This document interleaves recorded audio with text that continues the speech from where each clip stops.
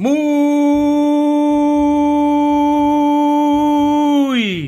buenos días, tardes y noches a todas las personas que escuchan este programa titulado, conocido como Ni Tan Spoiler.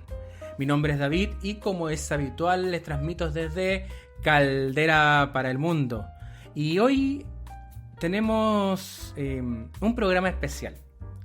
Hoy no me acompañan mis contertulios habituales. Hoy me acompaña alguien que está un poquito más lejos. Desde México particularmente. Me está acompañando Gael Castillo. Él es periodista y cineasta, director de Nesa Films, y actualmente está escribiendo una novela sobre fantasmas famosos del Metro México que se llama Modorra. Y lo invitamos para poder conversar sobre un documental que en lo personal trata de un tema muy interesante y un tema muy importante que tiene que ver con la desaparición de jóvenes, de niños en general. Así que voy a darle la bienvenida a Gael. ¿Cómo estás, Gael? Muy bien, gracias. Estoy muy feliz de estar en el podcast y de poder compartir un ratito de cine y de las experiencias que se pueden como tener haciendo documental.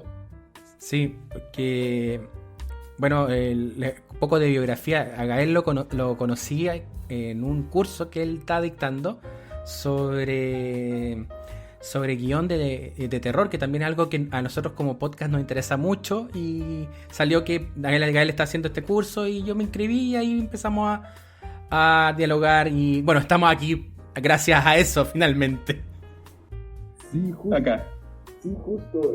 Ahorita con la pandemia la verdad es que primero, el cine de terror es como mi máximo en la vida. Yo creo que el terror es como el subgénero subvalorado del cine, porque se pueden hablar de un montón de cosas bien interesantes a través del terror, pero casi nunca llega como a las premiaciones o los grandes festivales. Siempre creemos que es entretenimiento, pero muchas veces habla mucho de la condición humana, mucho más complejo que una comedia romántica o que otros géneros.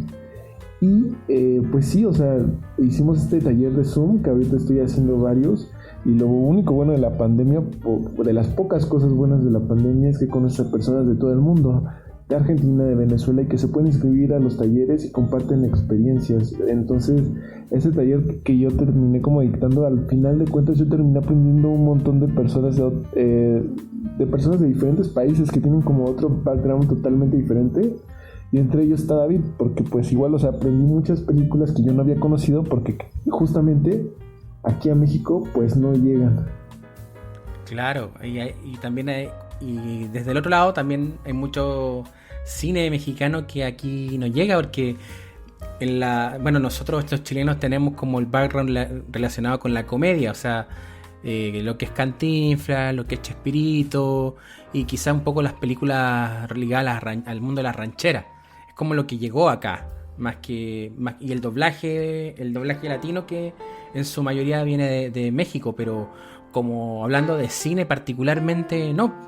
Sí, y bueno, qué bueno que nada más les llegaron esas películas, porque esas películas son las buenas. Esas películas son las que realmente tenían un propósito de ser, tenían un buen argumento, porque de los últimos 20 años para acá, la verdad es que se hace mucho cine, yo le llamo, que es como comida chatarra, que como tiene tantos estereotipos, estigmas, tiene tantos antivalores, por así decirlo, que son productos de los que como mexicano yo no estoy nada orgulloso, y casi todas son comedias románticas mexicanas que se han hecho del 2000 para acá.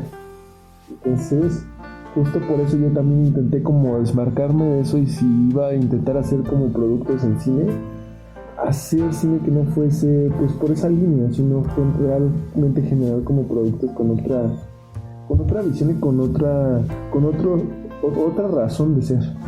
Como ¿nos podrías contar cómo nace Nesa Films y un poquito de la mano con esto que estás comentando ahora de un poco desmarcarse del cine como más comercial quizás, o el cine más masivo? Sí, bueno, en realidad yo no tengo nada en contra del cine masivo. A mí me encanta el cine masivo. Y me encantan muchos productos que se hacen para las masas, y creo que están increíbles. lo que pasa aquí en México es que los medios de cine masivo han estado en las mismas manos por ya bastantes décadas, en las mismas familias, y no generan productos atractivos, sino que realzan antivalores como los que comentaba hace rato, como por ejemplo que son bastante misóginos, clasistas, homófobos, y como es lo único que hay, la gente cree que es lo que se quiere consumir, pero en realidad no es así. A mí me encantaría, por ejemplo, si en algún momento, después de un largo trayecto de Nosa Films, que apenas va por su primer año, pudiese hacer una película como de gran alcance, pues la verdad es que estaría increíble.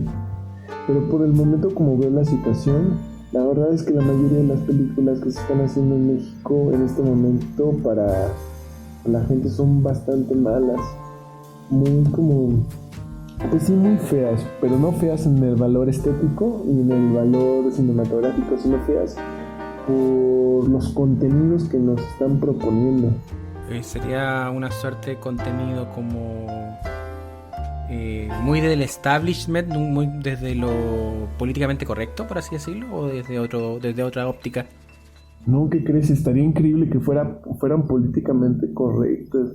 Tengo un video ahí que se ha compartido muchísimo, que se hizo más o menos viral en internet, que yo llamé la premisa del cine mexicano en todas sus películas. ¿Cómo es que se parece? Entonces yo decía, la comedia mexicana es una persona que tiene un problema amoroso o que ha perdido gran parte de una fortuna.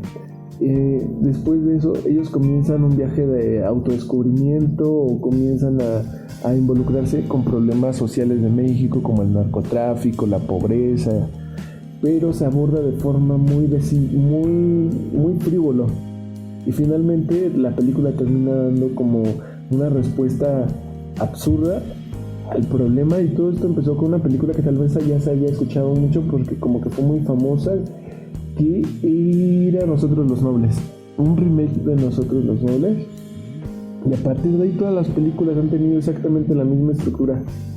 Entonces es justo de lo que a mí no me ha gustado de los últimos 20 años en el cine mexicano, bueno, el cine comercial mexicano justamente. ¿Y cómo está la escena independiente allá?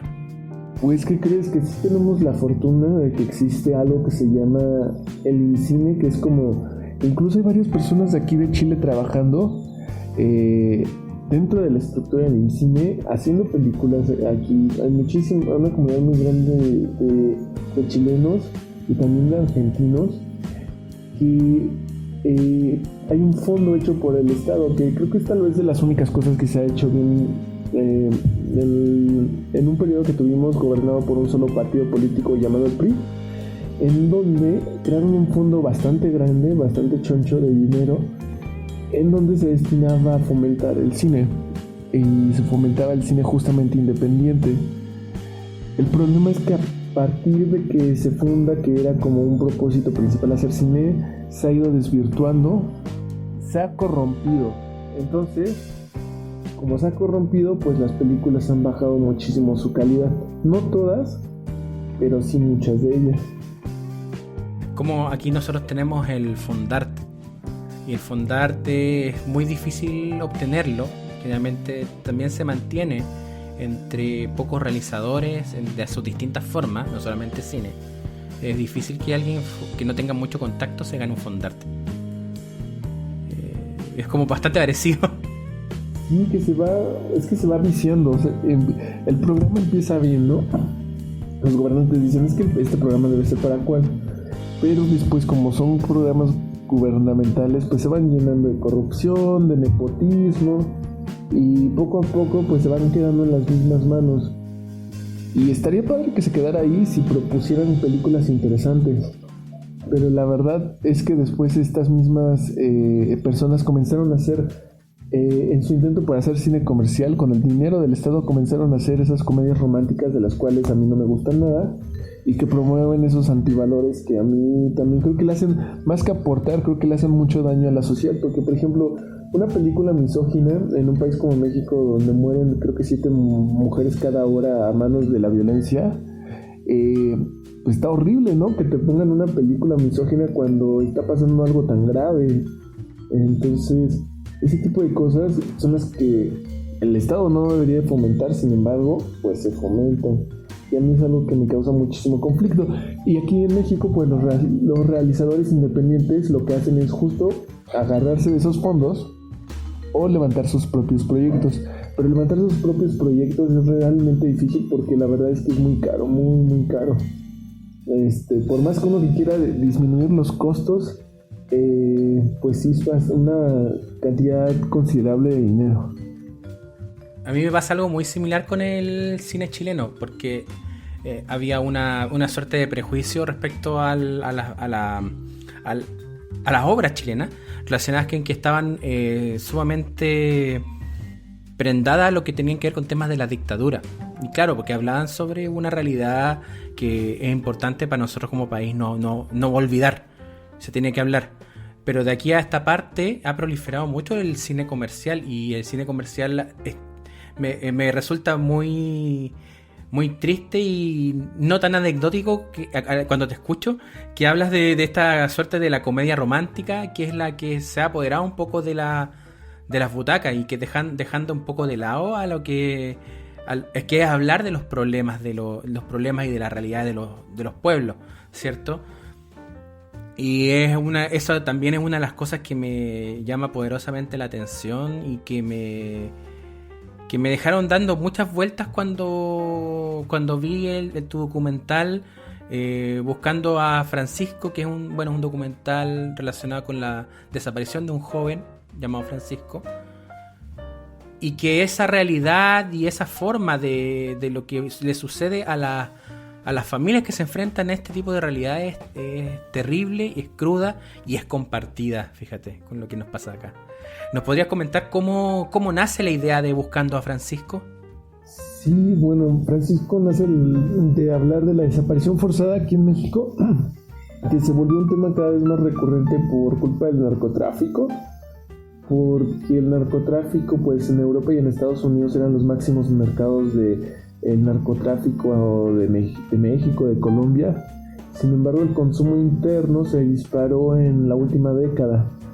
Entonces los cárteles se comenzaron a establecer en lugares estratégicos, y entre los lugares que establecieron fue en el centro de la Ciudad de México. Pero entonces muchas veces por igual los gobernantes, de no aceptar los problemas porque pues les daba mala publicidad, deciden negar este tipo de acciones. Pero aunque tú niegues que existe el narcotráfico, pues a veces los efectos secundarios del narcotráfico pues a fuerza llegan, como que aumente la delincuencia, que haya desaparición de personas. Y uno de los efectos fue justo la desaparición de Francisco, que fue tal vez de los primeros, y después de eso hubo muchos otros más. Y algo que también me comentaban, que también justo la semana pasada tuve la fortuna de conocer a alguien que era como el New York Times de Argentina, corresponsal, y que es argentino. Él decía, y me pasaba un documental, que era también un problema fue un problema muy difícil, justamente con ustedes en Chile, en Argentina, en el Cono Sur, y que aquí se está replicando, y que lo único que se quiere, si bien es dejar registro, porque pues se tiene, como tú dices, se tiene que dejar registro de un momento histórico, y no se tiene que hacer de lado por solamente priorizar el cine comercial, sino también como para realmente como difundir y denunciar ciertos eventos que van pasando y que pues se tienen que dar a conocer. Bueno, Francisco, tú nos comentas que es uno de los primeros, pero ¿cómo fue el proceso de construir el documental desde las cosas como más básicas de lo técnico hasta el contacto con la familia? ¿Cómo fue ese proceso?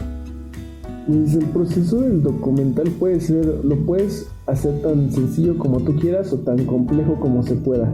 Sencillo, pues por ejemplo hay muchísimas personas que pueden hacer un documental con una cámara pequeña que pese menos de 500 gramos, con un audio pues sencillo, con un pequeño lavalier solamente, y ya, ¿no? O sea, como hacer un cortometraje con estas dos herramientas, y se han hecho bastantes documentales de esa forma. Después crean como documentales como más, que técnicamente están como más elaborados, entonces yo aspiraba a que estuviera técnicamente un poquito mejor un documental hecho con una cámara pequeña. Entonces pues yo justamente intenté que todos los valores de producción fueran altos, entonces intenté que hubiera una buena iluminación, un buen audio, una buena fotografía, y buscar a las familias. Pues es que realmente no fue difícil, porque hacen una marcha anualmente en donde las madres de desaparecidos, el 10 de mayo, que aquí se festeja el Día de la Madre, se reúnen y marchan por sus hijos. Y ahí fue donde conocí a Alicia, y pues las personas, con tal de seguir difundiendo los casos de sus hijos desaparecidos, pues te dan la entrevista y te dan seguimiento. Lo difícil justamente es todo lo técnico, porque uno como realizador quiere que su película salga lo mejor posible y que la gente la vea, y entonces uno pues hace ese esfuerzo, y pues implica mucho trabajo como material, pero también un esfuerzo de pues dedicarle mucho tiempo, porque pues de parte de las familias siempre va a haber esa disposición de ayudarte. Lo difícil será siempre conseguir el dinero para hacer las cosas, y una vez que acabé el corto me di cuenta que venía otro reto todavía más difícil, que era el reto de la distribución. Pero en eso sí me puse buzo y me enfoqué en los medios digitales, y fue donde, gracias al destino, pues he estado viendo muchísimo el documental. Y aquí en México le ha ido bastante bien en una plataforma de streaming, que era como el más visto, y pues ahora pues en otras partes del mundo lo pueden ver en YouTube. Bueno, obviamente nosotros vamos a dejar acá el enlace, también vamos a dejar el enlace de esta plataforma de streaming, pensando en lo que el público de México, porque yo también traté de hacerlo la otra vez por la plataforma que me habéis dicho tú, pero no pude porque estoy en Chile. Quizás por VPN no hubiera podido, pero bueno, la pude ver por YouTube. y una de las cosas que me llamaba la atención antes de hablar de la narrativa del documental tenía que ver con el acceso a hablar sobre la posición que tienen los organismos de poder, ¿cómo se llama? Las policías, o quienes deberían hacer la búsqueda de las personas desaparecidas, pero bajo la óptica del derecho humano. Entonces ahí también hay una pequeña entrevista de una activista de una ONG de derechos humanos que habla sobre los problemas que existen cuando hay desapariciones.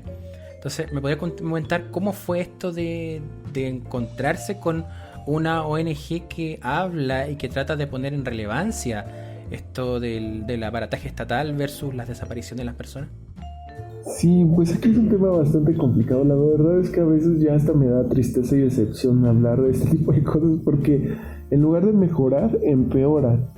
Porque esa entrevista se hizo en un momento en el que Derechos Humanos intentaba hacer algo por la desaparición de personas, pero con el nuevo gobierno las antiguas personas estaban siendo muy críticos con el gobierno actual de 2020, de 2021. Con el gobierno federal estaban pues mandando recomendaciones, haciendo comunicados de prensa en lo que no estaban de acuerdo, en la desaparición forzada y muchos otros problemas de México. Y entonces el presidente tomó la decisión de cambiar a todo el equipo de derechos humanos en México y poner a personas pues que fueran allegadas a él. Entonces estas instituciones que tendrían que ser como el balance, o sea, la contraparte de la justicia, pues simplemente son destruidas, o sea, así con la mano en la cintura, son simplemente destruidas. Y pues en lugar de mejorar, empeoran, porque también les quitaron el presupuesto de la búsqueda de desaparición de personas. Entonces las personas que buscan a sus hijos ya ni siquiera reciben ese pequeño apoyo, ya lo tienen que hacer con su propio dinero. Entonces es ahí cuando yo todavía me decepciono más, de que en lugar de que las cosas vayan mejorando gracias a las denuncias, a todo lo que se hace, pues todo va justamente empeorando. Y a mí algo de lo que me gustaba justo en la clase en la cual como que nos pudimos conocer fue las experiencias que tienen con América Latina. Y a mí sí, por ejemplo, a mí como mexicano o como radioescucha, tal vez me gustaría conocer ustedes ¿Cómo fueron las similitudes que ven en la desaparición forzada? ¿Cómo fue su experiencia? Porque tal vez eso pueda ser de ayuda para nosotros, pues sí, aquí en México. Bueno, lo que tiene que ver con desapariciones exclusivamente en temas de narcotráfico, si bien es cierto, sí, yo creo que siempre han existido, pero no la hemos visibilizado tanto como allá como en Colombia, como en México. Lo que sí nos ha dado nuestra historia y fue como muy fuerte y que también está de la mano con lo que pasó en Argentina, que fueron las desapariciones en periodo de dictadura, desapariciones, no sé, como desde los militares y toda la junta militar a través de los distintos poderes del Estado y los poderes militares, desaparecieron gente por diferencias políticas. Pero también hubo bastante tráfico de personas, particularmente niños. Venta de niños hacia otros países, generalmente de Europa, Estados Unidos quizás. Y esa venta amparada también con instituciones eclesiásticas. Eso se vio mucho. Pero cuando tú me hablas de desapariciones en el día de hoy, me vienen a la mente particularmente un poco cómo se enfrenta una persona ante, por ejemplo, la policía para poder denunciar. Hay una investigación que se hizo hace un par de años atrás, quizás más de 10 años, que se llamaba Los Ángeles del Desierto, y estaba ligado a cómo la policía enfrentó a las desapariciones y muertes relacionadas con el Chacal de Alto Hospicio, que es una localidad en la región de Iquique. Y este tipo lo que hacía era secuestrar niñas, violarlas y matarlas. Entonces desaparecía la niña y nadie sabía dónde. Las madres iban a consultar a Carabineros y Carabineros dijo: ¿qué te preocupáis si tu hija se fue con una persona, se fue con el pololo? ¿Qué te preocupáis si tu hija se anda prostituyendo? Y resulta que la niña estaba muerta. Entonces no las buscaban. Y cuando se empezó a movilizar en la búsqueda real, fue por una sobreviviente que tenía mayores recursos económicos. Entonces ahí te deja con un poco las diferencias que te dan con las necesidades de la gente que tiene más humilde, más pobre, quizás con menos educación, hasta los que tienen más plata, que pueden movilizar y que pueden poner en la palestra temas. Es una lástima que ocurra así, pero así ocurrió con este caso. Y que también me llama mucho la atención en las respuestas que se dan. O sea, muchas veces por lo que me desempeño, me ha tocado que hay desapariciones que, bueno, terminan las personas apareciendo, pero que les dicen que te preocupáis si tenéis que esperar 48 horas, siendo que legalmente la policía, independiente de cómo desapareció una persona, una vez que se hace una denuncia, tienen que actuar inmediatamente.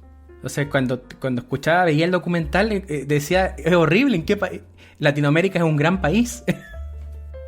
Sí, justamente, pero lo que dices, pues sí tienes razón, en el aspecto de que, por ejemplo, aquí muchas de las personas desaparecidas también las venden a otros países, especialmente a Estados Unidos, para tráfico sexual y explotación laboral. Y es algo que se sabe, pero que también muchas veces no se quiere hablar, pues porque es incómodo. Tal vez el caso más representativo aquí en México fue una periodista que se llama Lidia Cacho, que ella, si no hubiese vueltose como mediático su caso, pues hubiera sido como otros tantos periodistas que intentan como denunciar eso, y pues los grandes medios ni siquiera les hacen caso. Y ella pues demostró que los gobernantes sacaban a las chicas del país y las explotaban sexualmente, y lo demostró a través de documentos. Después la intentaron matar, pero es algo muy común y es algo que se sabe a medias. Que se sabe a medias porque todo el mundo está seguro de que ocurre, pero se sabe a medias porque realmente no están dispuestos a aceptar el problema tal cual es. Entonces, cuando existen desapariciones, aquí les llaman desapariciones por particulares. Cuando, por ejemplo, solamente un loco anda matando a chicas, o por ejemplo, que solamente es un caso aislado de una persona que saben que lo hizo, dicen: ok, ya fue él, y a partir de ese como evento desacreditan todo lo demás. Pero en realidad, si lo ponemos en perspectiva, ni la chica que desapareció por una persona de su comunidad y que saben quién es, ni los que desaparecen ni los cruzan de frontera para explotarlos. Todos los casos deberían ser investigados, pero entonces aquí pasa que cuando no funciona el sistema de procuración de justicia, pues ni uno ni otro investigan. O sea, si el pequeñito del delincuente de aquí del barrio no lo pueden resolver, pues menos van a poder resolver el que es como el transnacional y donde hasta hay políticos y personas poderosas involucradas. Entonces, pues sí, es un tema bastante complejo y puedes encontrar de todo. Puedes encontrar desde justo ese, porque ese corto yo estuve trabajando en una versión de largometraje que todavía no puedo acabar. Pero pues sí, o sea, hay de todo y las dos posibilidades son un hecho, pero también las dos posibilidades deberían de ser erradicadas. Pero pues sí, es muy difícil, es muy complejo el problema. Sí, a nosotros nos pasa, o sea, hay muchos casos que existe, pero que nunca ha tenido visibilidad. Y actualmente quienes están apoyando y dando mucha visibilidad son las agrupaciones feministas. Porque, claro, no hay, como ven las familias, ven las personas, que no hay búsqueda real, que no hay movimiento de los fiscalías, desde las mismas policías, se toman las búsquedas por su propia mano, mueven cielo, mar y tierra. Hay ONGs también que apoyan en temas a víctimas secundarias de secuestro y desaparición o posible asesinato. Es como que la sociedad civil se tiene que hacer cargo de aquello que no le compete, que es la búsqueda. Entonces es un cuento bastante complejo de tratar, y qué bueno que existan producciones que traten de relevarlo, sobre todo en Latinoamérica, porque claro, nosotros vemos como esta cuestión más romantizada de la búsqueda del secuestro. Por ejemplo, me acuerdo de esta película, que es muy buena toma, que es la de Liam Neeson, que lo que es Taken, la saga Taken, que claro, es una película de acción muy efectiva, muy entretenida, es muy buena película, pero el cuento de lo que es el secuestro, las bandas de secuestro, también está visto como de manera muy romantizada y muy superficial. Porque claro, entendemos que el fin de la película no es hablar del secuestro, sino que es la acción de un caballero, de un viejito que se mueve y es muy, muy bueno en arte marcialista. Pero claro, también está otras aristas que son necesarias de conversar. Sí, pues sí, es que luego como el cine se encarga de las representaciones, a veces distorsiona de tal manera que en lugar de ser benéficas terminan siendo tóxicas. Y bueno, justo eso, o sea, está bien que quieras hacer una película de acción, o puedes utilizar esa premisa, pero si te vas a meter en un tema tan complicado, pues al menos como que lo aborden pues con más respeto, informándose, siendo un poquito más respetuoso con las víctimas. Pero no, o sea, eso de Liam Neeson, no, aquí en México es del día a día. Aquí hacen narconovelas, bueno, en toda Latinoamérica, en Colombia les encanta hacer también narconovelas. Hacen narconovelas al por mayor, en donde el narco es el gran héroe, es como el modelo a seguir. Y tú los ves y dices, no, así no son, o sea, están lejos de ser la gran estrella que intentan poner. Y aparte, es una decadencia, porque ahora que nombres como una producción gringa, hay una película que se llama Scarface, y esa película, pues también es gringa, ¿no? Entonces, podrían hacer lo mismo que aquí le pusieron en México a esa película, Búsqueda Implacable, ¿no? Sobre estilizar las peleas, hacerla muy entretenida y todo. Pero lo que hace Scarface es que te dice, ok, que es cara cortada, y dice, ok, existe el narcotráfico, puedes ganar mucho dinero de esto, así es como ocurre, pero ellos también toman como la parte oscura. Hay una decadencia horrible, hay asesinatos. Las personas que están en el narco no es porque digan, no, o sea, como que aspira a ser narco, sino porque son personas que tuvieron pocas oportunidades y que no tuvieron otra opción. Hay mucha falta de educación por parte de los narcotraficantes, o sea, un montón de cosas que por romantizar las narcoseries no muestran. Y si mostraran más fidedigno eso, tal vez no sería, o sea, ya no sería tan aspiracional, porque los chicos dirían, ok, pues, o sea, yo no quiero explotar sexualmente a alguien y quiero torturar a alguien, o quiero hacer ese tipo de cosas, o quiero terminar como Scarface ahí como en un sillón todo muerto. Es la diferencia entre una buena película que realmente como que te propone, te cuestiona, a películas como la de Búsqueda Implacable que solamente se quieren entretener. Y todavía el caso peor de las películas mexicanas, que lo único que hacen es distorsionar a tal punto la realidad que no solamente la frivolizan, sino que incentivan el narcotráfico. Sí, ahora que mencionaste a Cara Cortada, claramente la intención de Palma es que De Palma le repugna el personaje principal, le da asco y trata de mostrarlo siempre como algo que Tony Montana no es el ejemplo a seguir. Pero también ahí el cómo se distribuye la película, el cómo la crítica habla, se quedan con el Say Hello to My Little Friend. Y todo el otro trasfondo como que, claro, inclusive en la forma de vender la película está este tema como más comercial, más romantizado, y que va un poco en contra de lo que el director a través de todo su equipo quieren hacer. Y lo que me lleva a algo como bien relevante respecto a Buscando a Francisco, que tiene que ver con su narrativa, con la narrativa que le quisiste dar, que me llaman la atención dos cosas, dos escenas que para mí fueron brutales. La primera está relacionada con la presentación, porque con la presentación, antes de que siquiera sepamos de qué se trata, de la experiencia de un niñito que desapareció, escuchamos a la mamá con voz melancólica hablando de una historia de dinosaurios y de qué comen los dinosaurios. Entonces, te voy a hacer las dos preguntas al tiro y me las responde ahí como guste. Porque cuando veo un dinosaurio, cuando veo eso, me evoca inmediatamente a un pasado, pero un pasado como sumamente distante. Y después sale la leyenda de que este niño desapareció hace 6 años. Y que se trata esto sobre desaparición. Y lo segundo tiene que ver con la pieza de Francisco.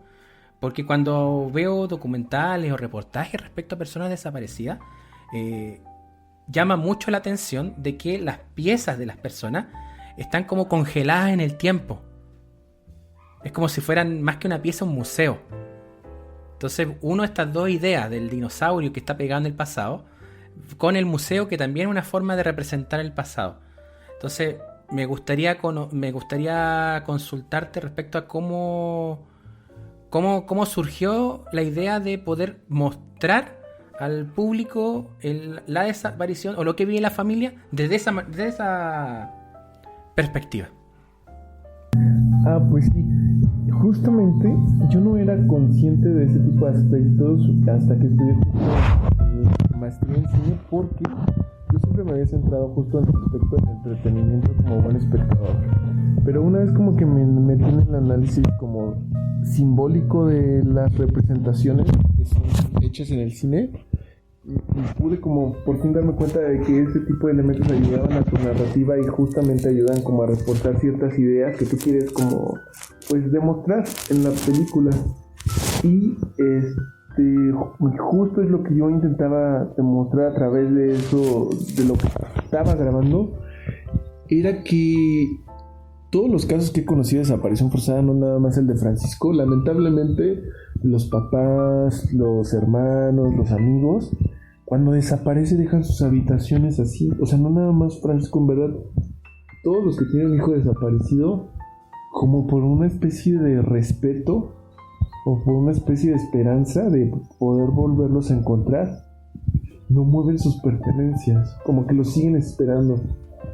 Y eso es muy feo, y al momento en que estás ahí, incluso ese dolor te llega. O sea, ver la habitación sin ningún tipo de movimiento duele. Aunque no sea tu dolor, duele porque compartes que ellos están esperando justamente a su ser querido, que han pasado 7 años, pero aún así ellos lo siguen esperando. Y yo lo que quería hacer es que a mí me encantan las cosas gringas, porque pues la verdad es que aparte de que le meten dinero, le meten como muchas ideas. Es que hay muchos buenos documentales en Estados Unidos que por ser documental no significa que sean aburridos y pueden llegar a ser comerciales. Por ejemplo, he visto ahorita uno recientemente que se llama El Hotel Cecil, caso de una chica que desapareció en un hotel. Es una serie documental que es muy entretenida. Entonces yo en el largometraje, igual desde el cortometraje, siempre he querido eso, o sea, que la gente no se aburra, que la gente vea una narrativa ágil, que vea como este tipo de análisis pues simbólico a través de las imágenes. Como por eso para mí por eso era tan importante tener recursos, porque eso no se puede obtener tan fácilmente si solamente tienes como una pequeña cámara y o sea, como una producción muy muy limitada. Entonces, justo ahora que estoy trabajando con el lago y que estoy pidiendo fondos en todo el mundo y que ando metiendo papeles, que siempre ando metiendo papeles para recibir como pues el dinero para acabar la película, es lo que intento demostrar, o sea, que es un documental que su propósito sí es hacerle justicia y dejar ¿cómo se dice? Como un registro de que ocurrió el evento, pero también que atrape a la gente y que no lo deje de ver a los 10 minutos porque le resulta lento o le parece difícil de digerir. Entonces sí, o sea, siempre intentar hacer eso en este trabajo y pues en todos los que se puedan hacer. Aparte de, bueno, terminar el documental ya como largometraje, ¿qué otros proyectos vienen para NESA? Pues ahorita todavía está como muy muy germinando. Es acabar esta película. Estoy buscando como financiamiento tanto el gobierno de México, que está difícil porque hay mucha censura, pero también en otros festivales alrededor del mundo. Acabar esa, difundirla por redes, que en redes funcionó bastante bien. En redes creo que si una distribuidora no te pela, si una cadena de cines no te pela, si un festival de cine no te pela, el internet está ahí y yo seguir difundiendo. Yo ya no tengo expectativas y ya no espero que una cadena de cines como aquí el Monstruo Cinépolis o el Gran Festival de Cine de Cannes, no sé, o es más, no espero ya nada. Yo nada más espero que la película se vea, y el mejor camino de eso pues lo he encontrado en las redes. Entonces pues si les interesa como ya verla completa, en algún momento seguro va a estar libre en línea. Ahí en todas las redes de NESA Films la pueden encontrar, NESA con Z. Y apenas estamos germinando otro proyecto que después de ese, lo que yo quiero hacer es una película comercial, una ficción comercial, pero justo yo intentando ir en contra de todo eso que hablamos al principio de esta plática, que sí se puede hacer una película comercial en México sin necesidad en caer en el lugar común, ni en la misoginia, ni en el clasismo, ni en el racismo, que aquí por viaje nos dan una película de ese tipo, en donde los héroes nada más pueden ser blancos, de piel blanca y de un estatus socioeconómico alto. Si no pertenecen ahí, no hay una película comercial. Entonces yo quiero demostrar a través de otros elementos que sí se puede llegar a hacer una película comercial utilizando muchos otros elementos. Entonces ahorita con un par de amigos ya comenzamos a, tanto en el aspecto financiero como en el aspecto del desarrollo del guión, comenzar a hacer otro proyecto que lo único que en este momento estamos seguros es que va a ser de terror. No sé si sea de brujas o de nahuales, que es como el hombre lobo mexicano, cualquiera de las dos opciones. Pero pues sí, va a ser el siguiente proyecto de NESA Films. Y la novela que ya sale este año, terminando como los concursos de novela que acaban por ahí de julio, agosto, va a salir para el otoño de este año, que es pues sobre fantasmas. Está escrito en formato de serie de televisión, son 7 episodios de 30 minutos, es como si te estuvieras viendo 7 episodios de tu serie, pero en lugar de eso lo estás leyendo en una novela, y se cuentan en 7 casos de 7 personas que se convirtieron en fantasmas. Entonces también si gustan, igual ahí en NESA Films va a aparecer como toda la información donde la pueden conseguir, ver.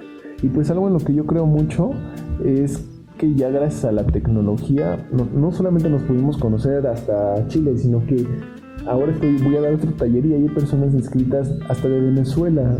Y en Venezuela pues sabemos que ahorita le están pasando difícil, pero incluso hay personas de Venezuela que se pueden abrir fronteras sin necesidad de hacer ningún trámite, ninguna visa, ningún pasaporte, y se abren ahí y que pueden llegar estas historias a otras partes. y que yo igual de repente me encuentro con cosas que se están haciendo. Por ejemplo, apenas encontré un documental de Pedro Lambday y que existe una plataforma de cine chileno. Eso está increíble. O sea, si yo siguiera pensando como en el cine antes, que nada más es lo que me receta la distribuidora, yo jamás hubiera dado con esa plataforma. O ahorita que está sonando tanto La Llorona que hizo Guatemala, tú puedes ordenar tu película DVD por Amazon y esa película, como no tiene tintes como de un gran estreno, jamás hubiese llegado a México. Pero ahora, gracias a la tecnología, bueno, las redes, podemos ver este tipo de películas.